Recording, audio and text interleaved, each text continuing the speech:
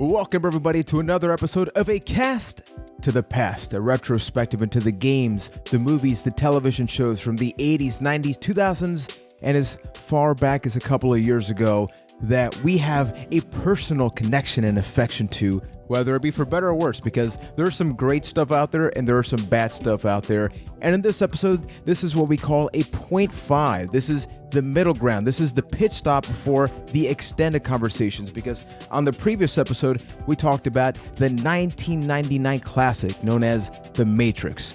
Myself, Mr. McNulty, both of us, we enjoyed the movie. Now, Keith, he had mixed opinions about that, so definitely check that out. It's up on the YouTube channel at castofthepast.com/YouTube. You can also find us on podcast apps by searching for our name and clicking on the Sword and Stone logo. Now, for this episode, we actually hit up social media, A Cast of the Past, and asked everybody a couple of weeks ago, just like a fun thing, what are some of the most popular games that you've never played? And the responses were so popular, we thought we'd make an entire video about it. So for this one, my name is Juan Velas. I am from Puerto Rico. I'm also joined by Mr. Ryan McNulty from Boston, Mass. We have Keith Poshuk from London, Ontario. And the three individuals, this is going to be the type of episode, guys, where people are going to be offended. Because naturally... 100%. Yeah, because naturally, whenever you talk about the top five, everybody assumes, oh, of course you've played that. Then all of a sudden you say no, and it's like, wait, what? What did you do with your life? Something that's happened on this very show to me multiple times. So because I actually don't know your guys' answers, before we actually get to them, do you think your answer will offend any of the three of us? I'm going to go out on a limb and say no, it's not. Because I'm not even sure you guys have played it. Okay. What about you, Ryan? I'm going to lean towards no, at least with you guys. I maybe to the general gaming world, but for you guys, I feel like probably no. Oh yeah, I should add that for the general gaming world, absolutely. No question.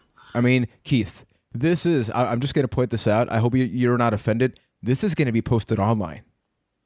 It's going to go up online. On the interwebs, my friend. For everyone to see? For everybody to see and hear, especially if they subscribe YouTube? on podcast apps. Yes. On iTunes? On Stitcher? Leave a review. Oh my God, everywhere. With that being said, let's kick it off with Mr. Who are we going to go with? Ryan, you're in the middle on the YouTube version, so just going to have it be you, buddy. What say you about a popular game that you've never played, and maybe some honorable mentions as well? Okay, so my number one pick, due to the amount of memes surrounding it, is going to be Half-Life 2. So Half-Life 1, I played for like 5 minutes and then played all the mods, Counter-Strike and all that good stuff. So I barely even played Half-Life 1, but I have at least played it. I have not played a second of Half-Life 2, and there's memes going on for years and years now about Half-Life 3 confirmed and all this like hype and all this stuff, and everyone's waiting for this game that may never ever come out. And I still haven't played Half-Life 2, even though I've had basically decades to catch up. So that's kind of my big one. Wow. But you were never really a big PC gamer, right? Just kind of to defend you a little bit there. Like to a degree. I mean, I've played some PC games. Like I said, I did play Counter-Strike, and I have played some games like the PC version of like Grand Theft Autos and stuff like that. But, of course, I played WoW and some other Blizzard games. So I've not been like hardcore PC. I've never had like top of the line PC, like hardcore gaming. Never played like Crysis on max settings or anything like that. But I played a fair bit. But I wouldn't say like I'm a hardcore PC gamer. Because to me, unless you... yes, I have played and beaten Half-Life 2. But to me, if you were never really a big PC gamer, that's absolutely one that you would miss. Because if you grew up on consoles and where like you were more into the like... Orange Box on like PS3. So I could have played it. I just didn't. Okay, the Orange Box on PS3 is a bad idea. Yeah, that is not the way to play that game. Honestly, Portal's fine on that. Yeah. Oh, absolutely. Portal is the only reason to get the Orange Box. Hey, Team Fortress. This is before all the hats, before all the wacky stuff they added. Yeah, Team Fortress there is was a like a solid game. solid 6 months where that was a comparable version, but that, boy, if you went back and played that Team Fortress 2 on the orange box now compared to what the PC version is, I don't even know if you would probably go like, this is the worst game ever. if it's even still up. I don't even know if the servers still work. All right. Yeah, for the PS3, I don't know. Yeah, I'll throw out the honorable mentions. So I've played about 40 minutes of The Last of Us, so I need to beat that game. So that I basically count that as not played it. Well, Ryan, thank you for spoiling my game, because that's the one I was gonna say. Okay. That, so might as well just get right into that one. Let's where just segue right which to is your you. game? Yeah, well, you know, there's a game that won a lot of awards made by Naughty Dog that's at the tippity top of my shame list in video games, and that's The Last of Us. And it's just something I've heard so many great things about it. I know it's great. I've just never gotten around to playing it. The sad part is I actually own 2 versions of it. I own the PS3 version, and I got a free version of the PS4 version. It came with my PS4 when I bought it. Haven't touched it ever. I'm one of those people. I'm part of the problem, and I know it's great. It's on my list. Like, I need to do it before The Last of Us 2 comes out, or I'll just never touch that. But yeah, it's just something that I totally missed. That's actually very surprising for me when it comes to you, because you like story-based games, and I mean, this is that. You love your Metal Gears, your Mass Effect. So, what's really been the thing that, even though you have it, you have double access to it? Has there been a reason? Other games? Like, what is it? Not a reason that I can really point to. It's just like I've never sat down and committed to it. And I know I should, but I just haven't. It's half the battle, man, to just pick the game up and commit to it. Because as much as I love story-based games, like, it is a commitment where I need to tell myself I am going to sit down for this 20 hours, this 15 hours, and enjoy this game. As you get older, there's not many opportunities where you have that 15 hours to do it, because there's also the fear with story-based games that if you put it down for a while, you might forget everything, or it might be it might be a poor experience to come back to it that sours your opinion of the game. So it gets harder and harder as I go on, and that's just one that I guess it was a time and place thing when it first came out, and I just got pushed to the wayside. So, Keith, do you have an honorable mention that is going to somehow be Juan's game? I don't know. Can you roll the dice? Let's see. Yeah, I know. Actually, I think you're going to hate this one, Ryan, but there was part of me that just completely, like, skipped past N64 platformers. Like, I've never really been into those collect-a-thon video games, so because of that, I've never played Banjo-Kazooie, Banjo-Tooie, DK64, I've never touched. I only played the DS version of Super Mario 64. I don't blame you for not playing Donkey Kong 64. Only the DS version? I've heard that's like garbage too for Mario 64. Yeah, because you started as like Yoshi. I had no reference point, so I thought it was all right. I thought that was just Super Mario 64, but I've never been a big fan of the collect-a-thon, so I just haven't touched a single one of those. We need to address Banjo-Kazooie at the very least. DK64 is a pass. You don't need to play that. But Banjo-Kazooie, definitely. Was that your game one? No, you're actually pretty far off. But that being said, I don't know if I've talked to you guys about this, because my pick, I'm currently playing Grand Theft Auto 3, and that is going to be a future episode that we're going to be talking about. I played San Andreas, I played GTA 4, I don't like where you're going with this. I don't like where you're going with this at all. I have never played a second of Vice City. What? Yeah, I know, right? Like, I've played I've played a couple of minutes of GTA 2 even. I don't think I ever played the first one, but I don't know why I never got around to playing Vice City. And the crazy thing is, here's the thing. Oh my God. I love the commercials for it. I would always watch them, like the "And I Ran." I love the commercials. I'd always see gameplay. I saw the reviews, and I would like, wow, this game is amazing. It's got to be awesome. I got to get my hands on it. And I never got around to it. I don't know why, because I didn't buy Grand Theft Auto 3 when it first came out. I would always rent it a couple times, and a couple of friends would lend it to me. But I bought San Andreas at launch. So I honestly don't know what I was thinking or what happened. Like, I would need to figure out sort of, I'm assuming this is what happened, and I would need to go back. Some other game must have come out around that time that really caught my attention. I'm thinking off the top of my head, maybe SOCOM 2, because I was a big online gamer on the PS2. So I am assuming, once again, I got to check out the dates later, that's why I never got my hands on it. Because I was hooked on that game, WWE SmackDown versus WWE SmackDown Here Comes the Pain I was playing a lot, but I got to play it. And I'm assuming you guys have played Vice City, right? It's a top 10 game for me. I played the hell out of that game. I had the PC version. I modded the hell out of it. Me and my cousin would play that all the time. And there was even like early multiplayer GTA mods people made. Like people made a Vice City Online. It was crappy as all hell, but it was the best we had at the time for any type of online GTA. So I played the hell out of that game. I played Vice City so much that I got to a point where I would try and do deathless runs. Like, I would try and beat the whole game without dying once, and if I died, I would restart.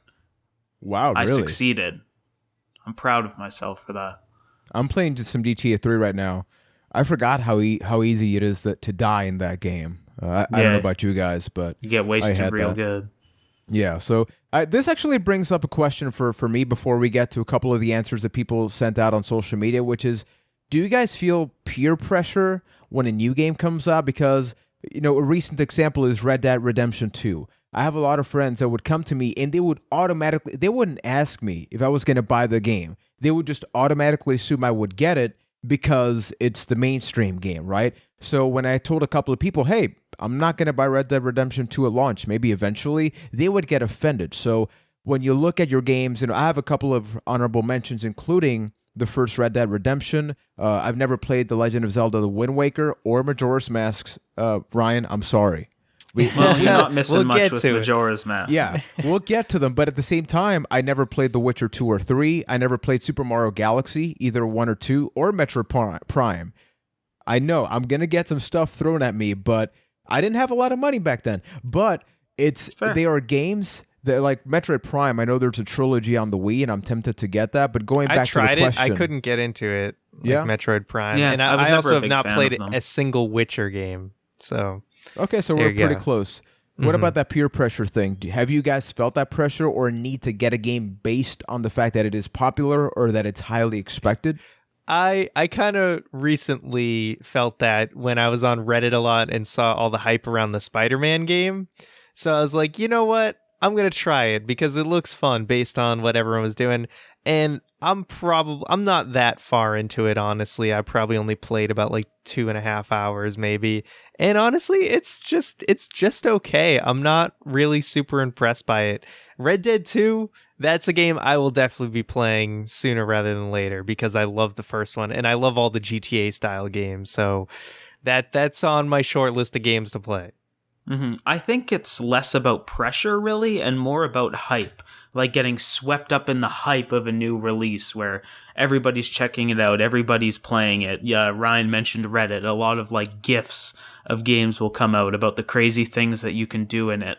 I think that's where that comes from, where it's more like, okay, all these people are experiencing this awesome thing. I need to experience it too. And especially these days with the internet, where if you don't watch something or experience something immediately, odds are it's going to get spoiled for you. Like there are people that like go out of their way to spoil movies and big moments in games. And you kind of feel, I guess that's where the pressure would come from, the pressure to have that pure experience before it just gets spoiled for you. But for me, it's mostly about hype, and I admittedly get caught up in that stuff. Like, to use an example from this year, God of War. I bought that game solely based on the fact of how many people said, you need to go play this game. Now, I played it, I enjoyed it, but there are cases like, with Spider-Man, now I haven't touched that, but that one kind of went past me where I enjoyed everyone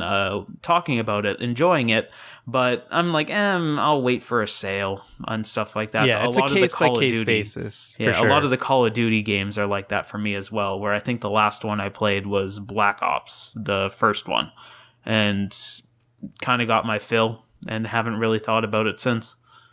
How important are video game scores for you guys? Because we're talking about popular games, so I don't have the actual scores here, but Grand Theft Autos, a lot of them get 10s out of 10s. Red Dead Redemption 2, it came out, and you have people going, oh, obviously it's going to get that. It's a AAA game, but most of these are, your 9+s or your average Metacritic scores are high. Does that matter to you when talking about popular or favorite games?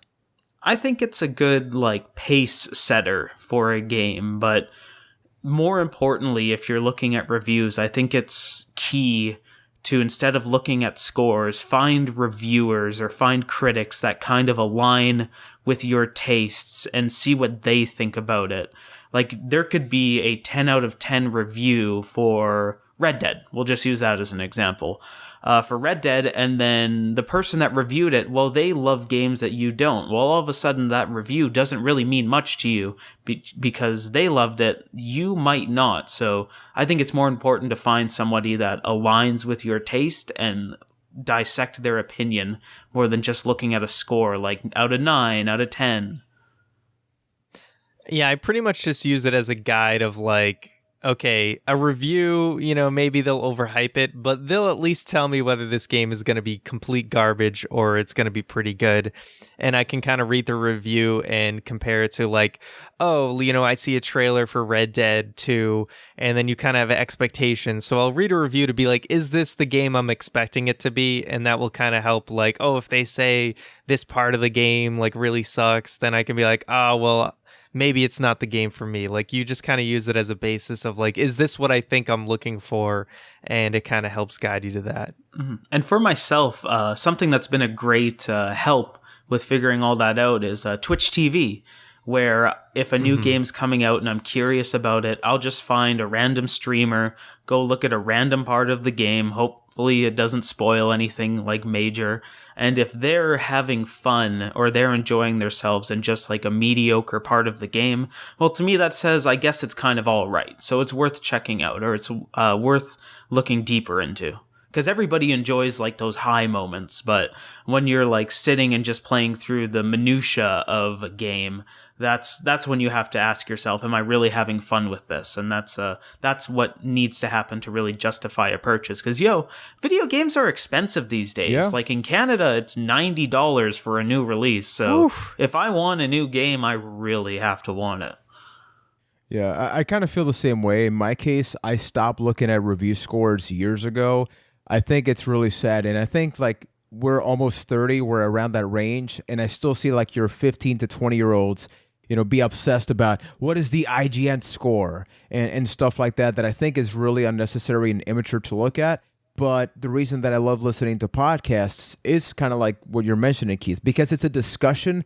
You're not obsessing about, let's only cover the graphics in a paragraph. In the natural discussion, you're not just getting the opinion, but you're also hearing the person's enthusiasm. And same thing with Twitch. You can only go so far in a game before you reveal how you really feel about it. So if this person has played the game for over 10 hours on stream, especially if it's a small streamer, because if it's a really popular game that they're getting them bits and them subscriptions, then they do have an added incentive, whether they like the game or not. But looking at these podcasts, checking out favorite YouTubers like Beat 'em Ups is a really good example for me. I think I associate a lot myself with him when it comes to tastes. So I think that's really important for me when talking about popular games, which, speaking of, as I mentioned at the beginning, the reason we're doing this video is because of your awesome responses on social media. So Keith, my friend, we have a couple of these responses for you to read. I mean, they are there, right? Yes, I have them right in front of me here, starting with Mighty JR, who says that they've, on Facebook, I should say, who says they've never played a Final Fantasy. Any of them. I mean, if it's not your game, it's not your game. That's, we're talking about commitments. Each single one of those is a hell of a commitment. I've never beaten a Final Fantasy, and I haven't played most of them. That's fair. I love me some Tactics. And Norlu says that she's never played Half-Life or Mass Effect. So I know Mass Keith and I Effect. have played Mass Effect. What about you, Ryan? I played about an hour of the first one, and I haven't played any of the other ones since. Oh, that's a Fair. bad like one to pick. I can understand why you wouldn't like it. Yeah. Oh, them space parts. Oof. No, guys, I'm gonna need some help with this next name. Roy Andrew.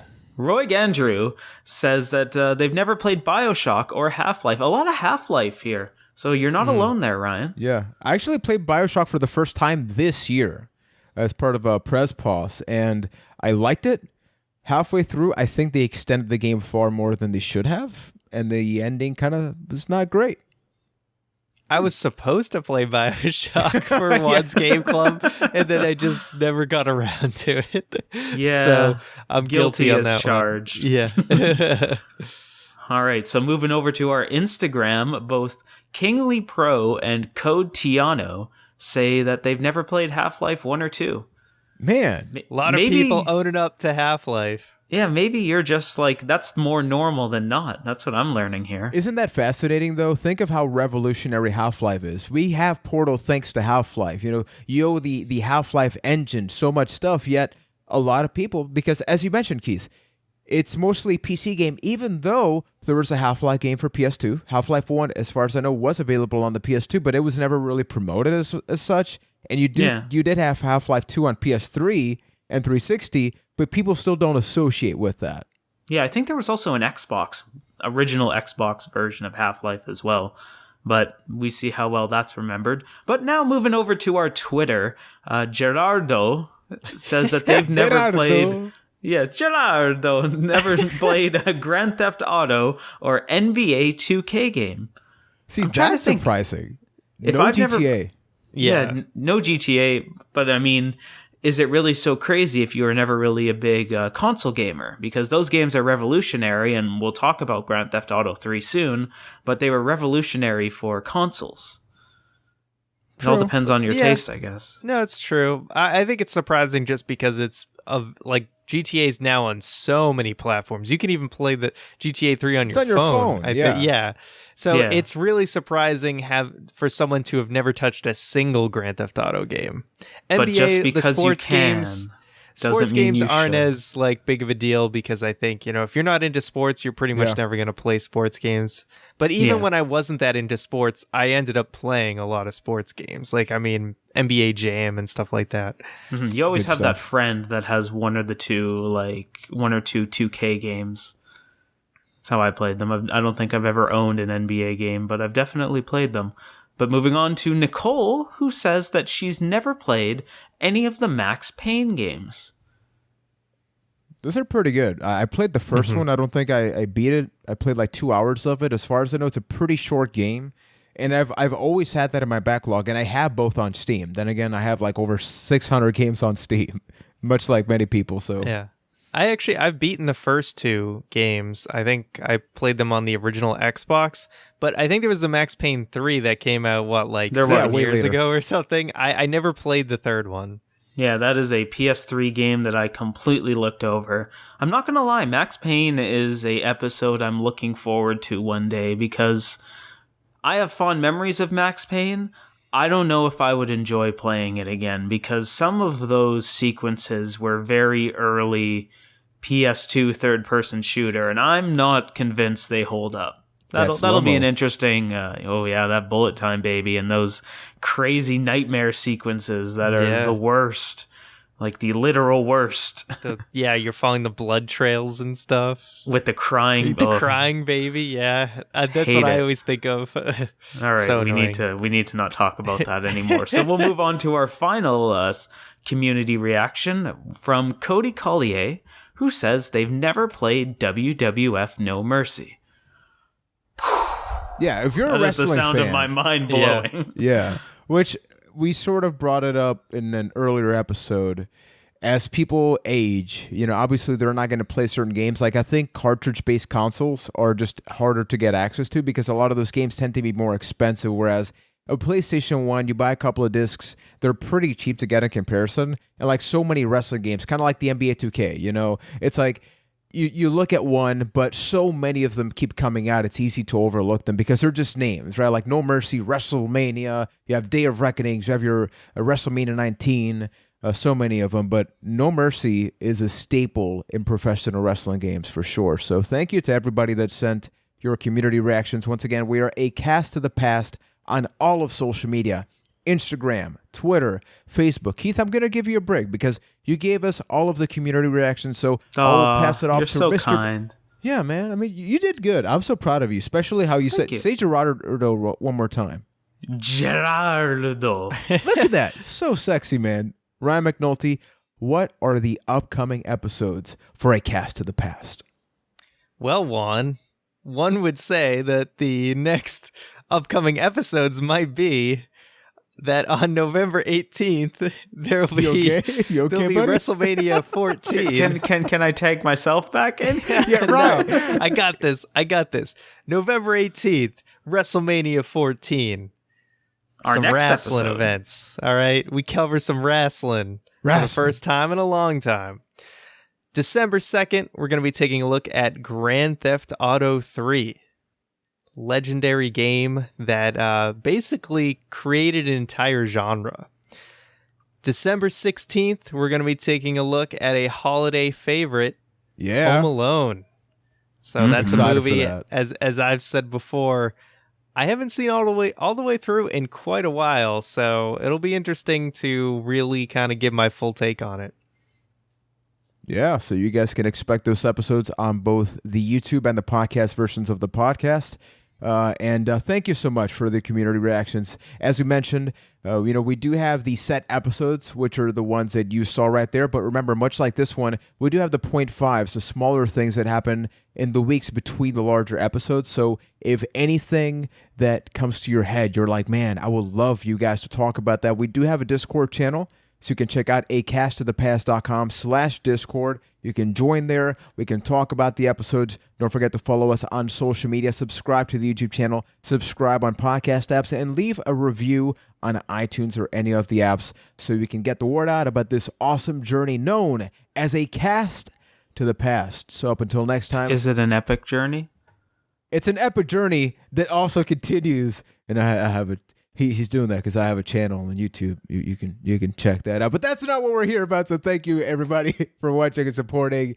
And see you next time on A Cast to the Past. To the past. I was ready to finish it for you. I was hoping somebody would do that a little bit. Okay, let's try this again. Again. We'll see you next time on A Cast to the past. Oh, damn it. Oh, I was supposed to come in. Let's do a three, like it's a three-person thing. So I cast to the, okay, I got it. Yeah, we go left to right. So Juan, me, Keith. All right. So I say A Cast? Yes. Yes. Okay, we'll try this. So we'll catch you next time on A Cast To the Past. Ugh, that was bad. Yeah, that was That rough. was bad. Whatever. See you next time, everybody. Take care.